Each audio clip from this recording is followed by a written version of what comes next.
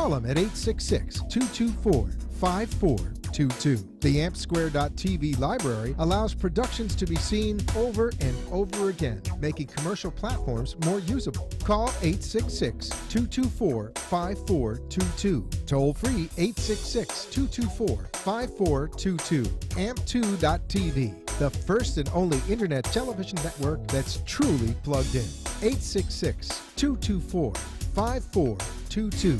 That's AMP, the number 2.tv.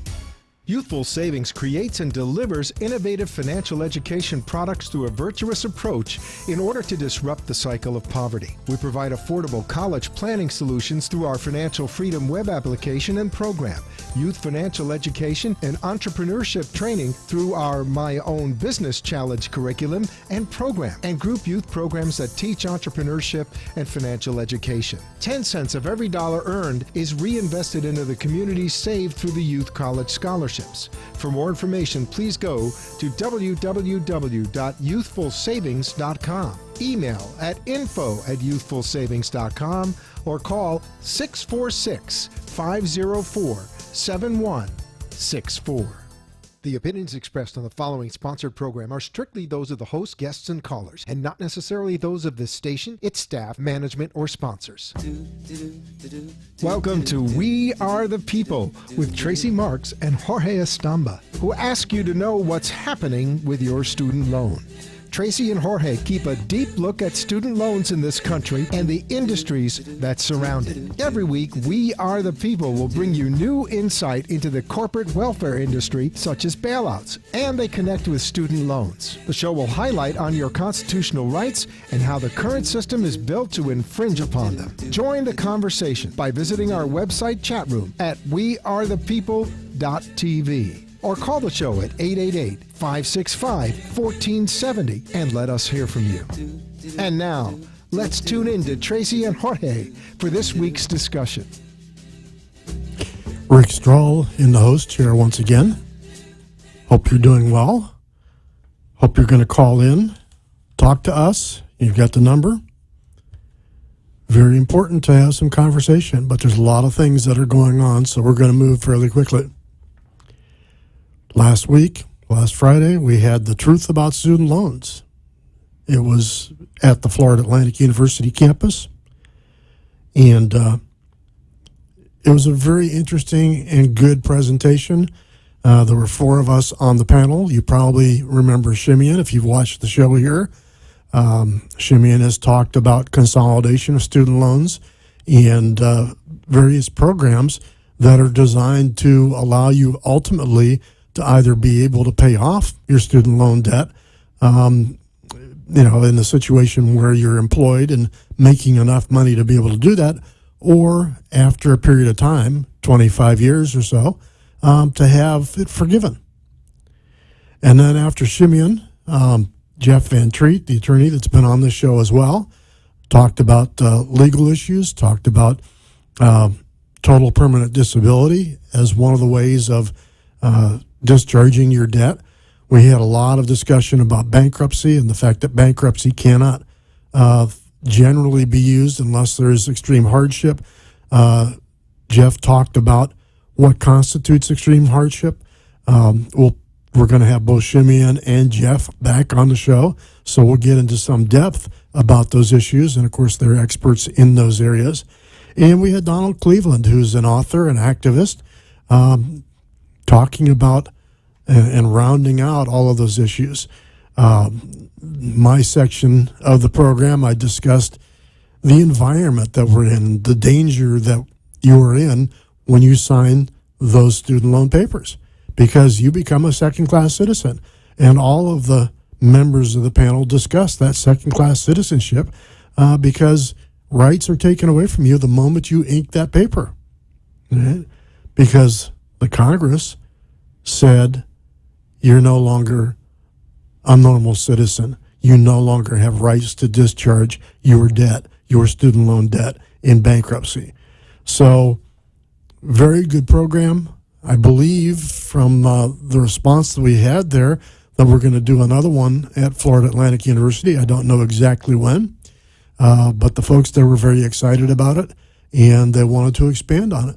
And it looks like we also have a new generation of leadership, so that when Alexandra graduates, we have more people there on campus that are interested in being active and promoting the program. And we've also talked quite a bit about creating a 501c3 and a 527. Those are legal organizations. The organizations that we need to be able to go and talk not just at one or two campuses, but to talk and set up chapters perhaps at every campus across the United States. We will see what's going to happen with student loan debt and whether Congress does anything to change the playing field. We have a petition that's up. We have some discussion by President Obama. The petition that we're talking about is on student debt crisis, studentdebtcrisis.org. So I'd suggest that you go there. It's a moveon.org petition, accessible through studentdebtcrisis.org, and they're asking us to sign the petition. It's supporting the Bill of Rights for student loan borrowers, saying that we support President Obama's proposal for a Bill of Rights for all student loan borrowers. Every borrower deserves access to the resources they need to pay for college, the ability to choose a repayment program that works for them, and the right to reliable information about their loans. They also should have a right to reliable information about what that course of education that they're being sold will actually and really get them as far as work is concerned. But that's not in the petition. So go to this petition, sign this petition today, support the Bill of Rights for student loan borrowers. You can take a look and see where that is, and we'll talk about that a little bit later in the show. But here, tuition.io. Tuition.io. You can find this in the blog section. Obama signs Student Aid Bill of Rights to help borrowers repay student loans, talking about $1.3 trillion at present. So it's growing every day. Of course it's growing every day because that interest is piling up and is being placed into principal every year. So great deal for the lenders, not so good a deal for the borrowers. Very difficult to pay off. But go to tuition.io and read about the Student Aid Bill of Rights, because hopefully that will give us some additional rights that will restore some of our rights in bankruptcy. You know, we have talked several times, and it's still in the House of Representatives, and it's still wending its way through. But H.R. 449, an important bill to restore the rights of bankruptcy to student loan borrowers, student loan debtors. All right. So write your congressman, ask them to sponsor, to co-sponsor. We still don't have a lot of co-sponsors on it, but ask them to co-sponsor H.R. 449. And let's see if we can get these things through Congress. Let's see if we can get congressmen and senators interested. We need to have a companion bill in the Senate. Write to your senators. Email. Let them know that you want these things dealt with. That's the only way that they're going to get dealt with it, is if the people rise up and assert themselves. And how do we rise up and assert ourselves? We use the internet. We talk. We communicate. We make phone calls to congressmen and senators and let them know we're tracking the issue. Is your congressman or senator tracking the issue? Make sure that they're tracking it and make sure they're on the right side of the issue. We need relief in this area, especially with the economy having been as poor as it's been for most of the last decade. Right? You know, students are getting out of school. You know, they're finding low-wage jobs if they find jobs at all. And there's a big part-time market for jobs. You know, our labor department tells us that unemployment rate is way down. Well, they're not tracking all the people that have gotten off of unemployment insurance, as if that was a gift from the government, as if those people were suddenly disappeared. Well, they have disappeared. They've disappeared from the numbers. They've disappeared from the tracking of the Department of Labor. By the way, if you got a part-time job, even though you really want a full-time job, doesn't matter. You're considered employed. You're considered part of the workforce, And there's no longer a problem, even though you can't get health care, even though you can't afford anything, even though you're making low wages. It's up to us. I've been calling my congressmen and senators. I've been writing my congressmen and senators. I've been on the airways talking to you, asking you for your support, asking for your help, asking for your involvement, to be involved in the decision-making process. The only way we're going to take back our liberties, the only way that we are going to control what's going on in government, what government is doing to us, is to communicate with them, with the congressmen, with the senators, even with the White House, to make sure that they understand that we don't like what's happening and we think it ought to be changed. We always hear from the Democrats, oh, the Republicans are trying to cut Social Security. Oh, the Republicans are going to try and do this. They're doing this to us. They're doing that to us, whatever it happens to be, these mean Republicans. Well, guess what? The worst enemy of Social Security has been the Democrats. They're the ones that put into place this so-called Affordable Care Act that did damage to Social Security.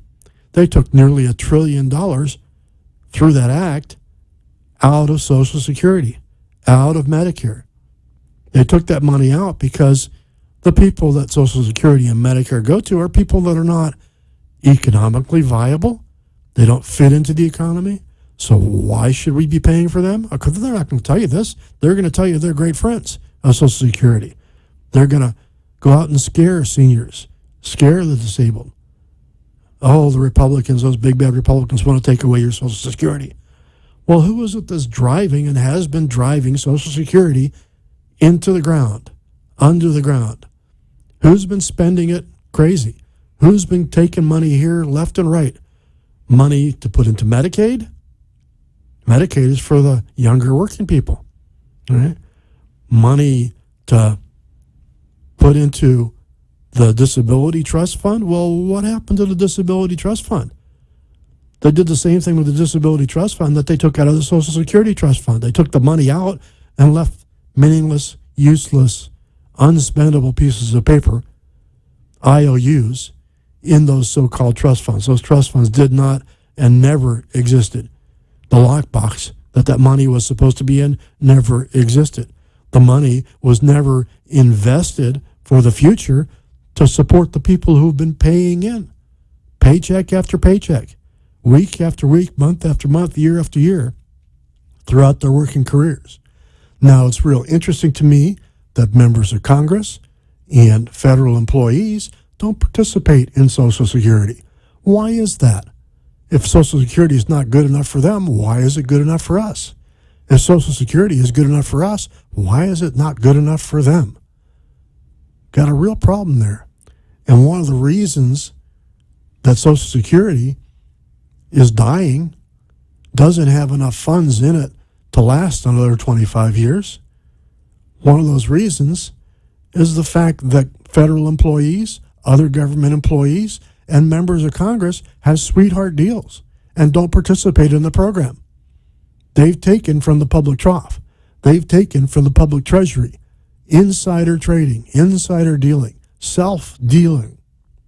They've taken from the people who have paid for it week after week, month after month, year after year, paycheck after paycheck, and what have they done with it? They spent it on themselves. Lavishly. Lavish retirements for congressmen and senators. Nothing for the people. They don't care about the people. They care about themselves. And it's gotten worse over the last 80 to 100 years. It's accelerated, as they've dumbed down the education system. People don't even ask questions anymore. They'd much rather watch reality TV or go to the clubs or go to the beach or play video games or play computer games than to follow what is important, to follow what it is that their government is doing to them. Right? Vigilance is critical for liberty. And if the people don't ask questions because they're not following what's going on, if the news media is not providing honest and true actual reporting of what is being done, of what is being proposed, of what these people are doing, oh yeah, sometimes when Republicans are in office, they'll jump on Republicans big bad Republicans. You know, Democrats and Republicans, they got to have each other. They're part of the same system. They're part of the same problem. And if we don't understand what they're doing and move to stop it, if we don't understand what they're doing, the shenanigans that they're pulling, the fact that they're taking our liberty away from us, the fact that they're killing the middle class, the fact that they're killing veterans and elderly to get rid of that $100 trillion plus obligation that they owe, that they haven't funded because they haven't left the funds where they should have been, because they haven't invested the funds properly. If we don't talk to them and tell them what we want, they're going to keep doing what they're doing. They want to be a ruling class. They want to rule us. Well, guess what? The founders of this country didn't want us to be ruled. The whole point was to get rid of rulership, to get rid of aristocrats. The whole point was for us, the people, for we, the people, to live in liberty and be able to rule our own selves. Yes, we need some government. Yes, we need certain things for the government to do because we can't do it conveniently for ourselves. We can't defend our borders. Well, wait a second now. This government isn't defending our borders either. Our borders are being crossed routinely by people that are not citizens, by people that don't have the pass that says they're allowed to get in. And those people are getting put on Social Security, and Social Security is being expanded to pay for people who never paid into the system. This is a problem because it's going to die. It's going to be dead. And the whole point of what's been going on is to reduce the United States as a power, as a world power, to spend us into oblivion, essentially. We're becoming a fourth-rate nation. We're becoming a fourth world nation, and we will become a fourth world nation if this trend is allowed to continue. So we need to talk to these people who think that they're the fat cats, they're the aristocrats, they're the ruling class. We're not supposed to have a ruling class. We're supposed to have good government of the people, by the people, for the people, as Lincoln said. We have to look at our founding documents and see why this country was created, why there was liberty. Now, this is an interesting thing that's going on. I don't know if you understand this or are aware of it, but in Israel, one of our allies, our only significant ally in the Middle East when it comes right down to it, there are elections tomorrow. And yet here we have the president, the administration, the State Department spending money. They granted money to a group of people, to people that, interestingly enough, ran much of the Obama campaign. They granted money last year. They knew that there was going to be an election sometime. What are they doing with that money? They're influencing or trying to influence the vote in Israel. They're trying to get Israelis to vote against their interests as a nation. They don't like Netanyahu. Why not? Because Netanyahu is saying we can't give up defensible borders for Israel. A Palestinian state, maybe, if they get off of their foundation, their principles, which are to destroy Israel. That's what ISIS or ISIL or whatever you want to call them wants. That's what Iran wants. Iran, a major sponsor of terror. Well, Netanyahu was invited to come to speak to Congress because the Obama administration wouldn't tell us the danger side, the flip side of the negotiations we have with Iran, and Congress wanted to hear another point of view. Israel is under the gun, in the crosshairs of Iran. Iran has said it over and over and over again. Not only has Iran said it, Iran has proxies that have been fighting Israel, Hamas, Hezbollah, sending thousands of rockets into Israel, trying to build tunnels into Israel so that they could go in and kidnap and kill Israelis. Okay? Well, the Israelis allow Palestinians, they allow Arabs who live in Israel to vote. I don't see that happening to Jewish people in the Arab world. In fact, most Jewish people, not all, but most Jewish people have left the Arab world. Why is that? Because it's untenable for them to stay there. Okay? So why are we trying to defeat, you and I, with our taxpayer dollars, trying to defeat Netanyahu and Likud, the people who are standing up for liberty, for freedom? They're standing up for a society that allows people to do what it is that they want to do. If they're gay, they're allowed to live. They're allowed to be who they are. All right? If they're, have other opinions, other religious beliefs, they're allowed to have those religious beliefs. That doesn't happen. That's not happening in the Arab world. That's not happening in the world occupied by ISIL. Not at all. It's not happening. And yet here we are. We're spending money sending our operatives over to Israel to defeat a government that's not doing what the Obama administration wants it to do, because that government isn't wanting to commit suicide, isn't wanting to put itself in a position where it cannot defend itself. Interesting, we had this open letter to the leaders of the Islamic Republic of Iran, and there's a big brouhaha about it. Now, I don't recall there being a big brouhaha when Ted Kennedy sent a letter to Andropov in the Soviet Union, trying to defeat President Reagan, trying to get the Soviet Union's help. Right? That was a secret letter. That was a letter trying to subvert America and our democracy. This is an open letter.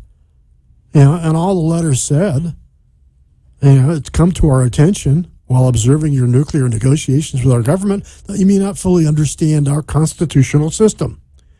Thus, we are writing to bring to your attention two features of our Constitution: the power to make binding international agreements and the different character of federal offices, which you should seriously consider as negotiations progress. First, under our Constitution, while the President negotiates international agreements, Congress plays a significant role of ratifying them. In the case of a treaty, the Senate must ratify it by a two-thirds vote. A so-called congressional executive agreement requires a majority vote in both the House and the Senate, in parenthesis, which, because of procedural rules, effectively means a 3/5 vote in the Senate. Anything not approved by Congress is a mere executive agreement. Second, the offices of our Constitution have different characteristics. For example, the President may serve only 2 4-year terms, whereas senators may serve an unlimited number of 6-year terms. As applied today, for instance, President Obama will leave office in January 2017, while most of us, meaning the senators, will remain in office well beyond then, perhaps decades.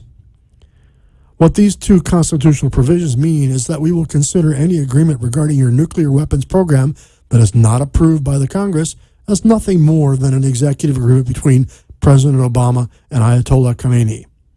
The next president could revoke such an executive agreement with a stroke of a pen, and future Congresses could modify the terms of the agreement at any time.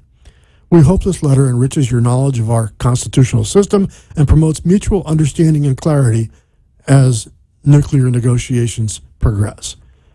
What's wrong with that? They're just giving them information about how we operate, about how we're supposed to operate. It's truth in negotiating.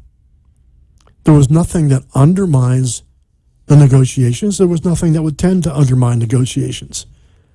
It was merely an expression of how our government functions. So why is it that 47 senators are being called traitors? Were Ted Kennedy, writing secretly to the Soviet Union's leaders at the time, trying to subvert our democracy, he wasn't called a traitor.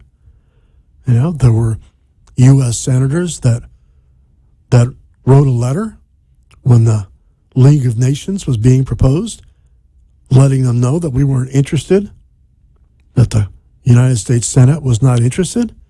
Those people weren't called traitors, so why is it convenient when stuff that's being done that is hidden is not called treason, and stuff that is really benign is called treason? Something's wrong. Things are flipped. Things are wrong. There's something seriously wrong in this country. We still have an attorney general nominee, and it turns out that she was involved in a $1 billion cover-up, an administration cover-up regarding HSBC Bank, which was exposed by a former HSBC vice president with much detail, with much documentation, thousands of pages of documentation. And she covered it up. Why is she being nominated? Why is she even on the docket as the next attorney general? Write your senators. Let your senators know, that you don't want Loretta Lynch as Attorney General of the United States, that she can't be trusted, that she's got problems. She's got ethical problems. Interesting, always interesting to me from the middle of last month, didn't get a chance to talk about it. CIA bought hundreds of Iraqi weapons of mass destruction in an operation called Operation Avarice. Interesting stuff here. There were weapons of mass destruction. Not all of them went across the border into Syria. We knew that they were there. We knew that they existed. And we bought a whole lot of them from Iraqis that happened to have control of them and know where they were. Yeah. Moderate Muslim leader says Muslims are radical and extremists. Interesting. From eaglerising.com. Eaglerising.com. Yeah. Interesting article here by Onan Koka, 7th of February 2015. Take a look at it, see what you think. Moderate Muslim leader says all Muslims are radical and extremists. Educate yourselves on these subjects. Obama's facilitation of the Muslim Brotherhood infiltration of America. A lot of the things that we are doing are being done because the administration is being advised by the Muslim Brotherhood. Secret negotiations, once again. Fast tracking. Trans-Pacific Partnership. Tell your senators, no. Just say no. We want it read. We want it debated. We want it voted on. We'll see you next week. Never once gave it away. Everybody You have been listening to We Are the People with social advocates Tracy Marks and Jorge Estamba, who every week bring to the light the needs and changes in our current system. Tune in every Monday night at 7 p.m. on wearethepeople.tv and participate in the conversation in the chat room or call 888-565-1470. Tune in next Monday for more information and facts. And Tracy and Jorge remind you to stay aware of your surroundings and challenges at all times.